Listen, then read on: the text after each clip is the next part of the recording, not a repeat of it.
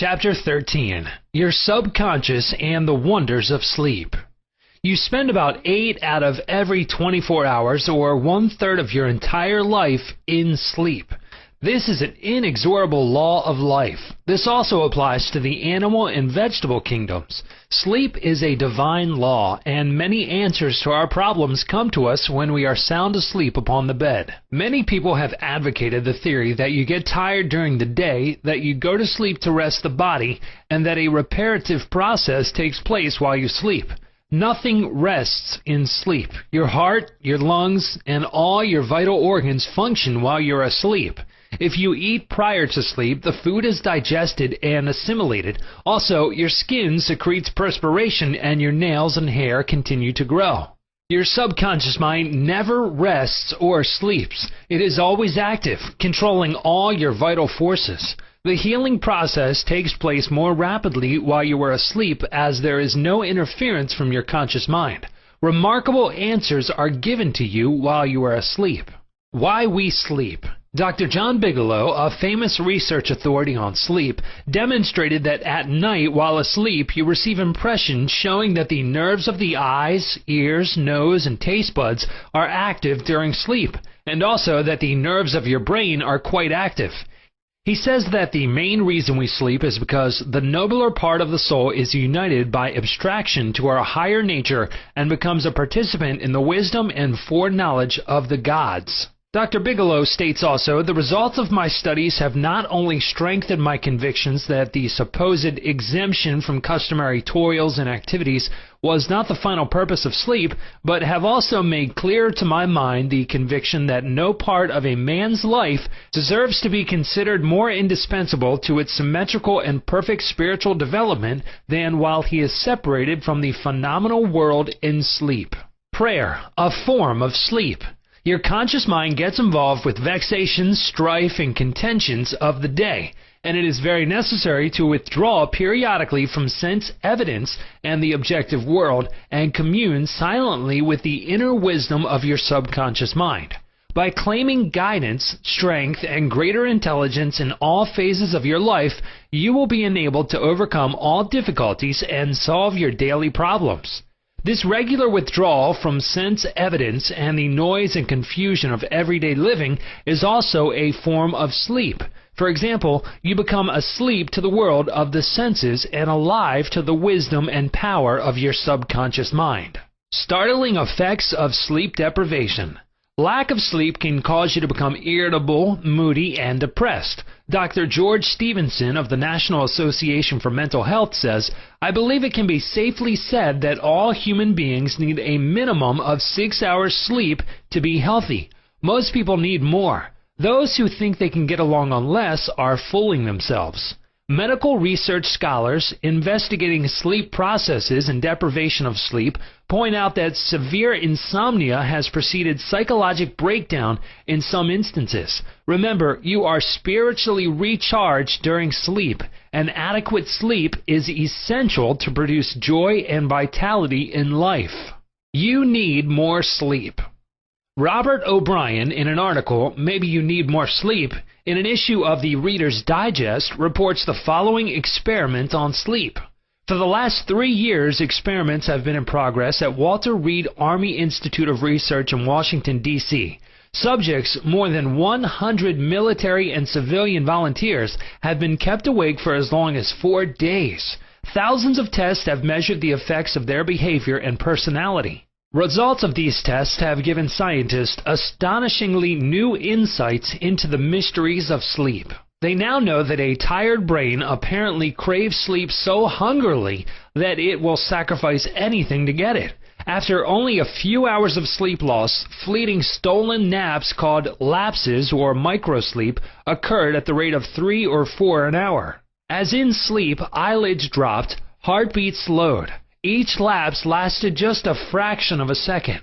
Sometimes the lapses were periods of blankness, sometimes they were filled with images, wisps of dreams. As hours of sleep loss mounted, the lapses took place more often and lasted longer, perhaps 2 or 3 seconds.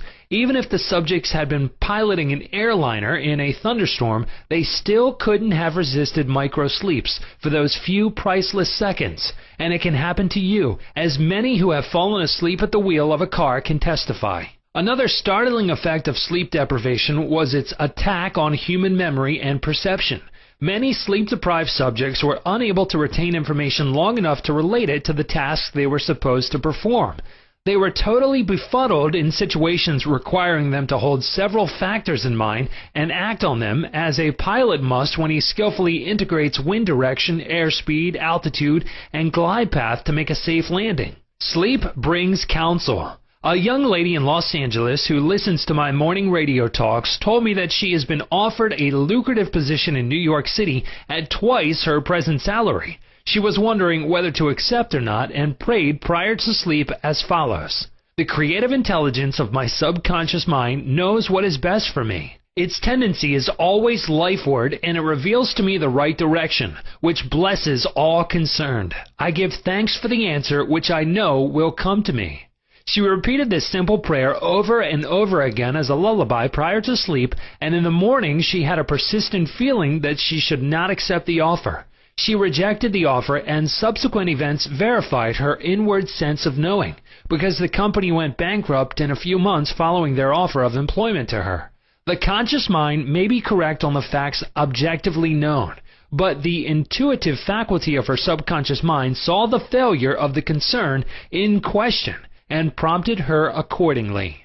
Saved from certain disaster. I will illustrate how the wisdom of your subconscious mind can instruct you and protect you relative to your request for right action as you go to sleep. Many years ago, before the Second World War, I was offered a very lucrative assignment in the Orient, and I prayed for guidance and the right decision as follows: "Infinite intelligence within me knows all things, and the right decision is revealed to me in divine order. I will recognize the answer when it comes." I repeated this simple prayer over and over again as a lullaby prior to sleep, and in a dream came the vivid realization of things to come 3 years hence. An old friend appeared in the dream and said, "Read these headlines. Do not go." The headlines of the newspaper which appeared in the dream related to war and attack on Pearl Harbor. Occasionally, the writer dreams literally. The aforementioned dream was undoubtedly a dramatization of the subconscious mind which projected a person whom I trusted and respected. To some, a warning may come in the form of a mother who appears in a dream. She tells the person not to go here or there and the reason for the warning. Your subconscious mind is all-wise. It knows all things. Oftentimes, it will speak to you only in a voice that your conscious mind will immediately accept as true. Sometimes your subconscious will warn you in a voice which sounds like that of your mother or some loved one, which may cause you to stop on the street, and you find if you had gone another foot, a falling object from a window might have struck you on the head. My subconscious mind is one with the universe subconscious, and it knew the Japanese were planning a war, and it also knew when the war would start. Dr. Ryan, director of the Department of Psychology at Duke University, has gathered together a vast amount of evidence showing that a great number of people all over the world see events before they happen, and in many instances are, therefore, able to avoid the tragic event which was foreseen vividly in a dream. The dream which I had showed clearly the headlines in the New York Times about 3 years prior to the tragedy of Pearl Harbor. In consequence of this dream, I immediately canceled the trip as I felt a subconscious compulsion to do so. 3 years later, the Second World War proved the truth of the inner voice of intuition. Your future is in your subconscious mind. Remember that the future, the result of your habitual thinking, is already in your mind except when you change it through prayer. The future of a country, likewise, is in the collective subconscious of the people of that nation. There is nothing strange in the dream I had wherein I saw the headlines of the New York newspapers long before the war began. The war had already taken place in mind, and all the plans of attack were already engraved on that great recording instrument, the subconscious mind, or collective unconscious of the universal mind. Tomorrow's events are in your subconscious mind. So are next week's and next month's, and they may be seen by a highly psychic or clairvoyant person. No disaster or tragedy can happen to you if you decide to pray. Nothing is predetermined or foreordained. Your mental attitude, for example, the way you think, feel, and believe, determines your destiny. You can, through scientific prayer, which is explained in a previous chapter, mold, fashion, and create your own future. Whatsoever a man soweth, that shall he also reap. A cat nap gets him $15,000.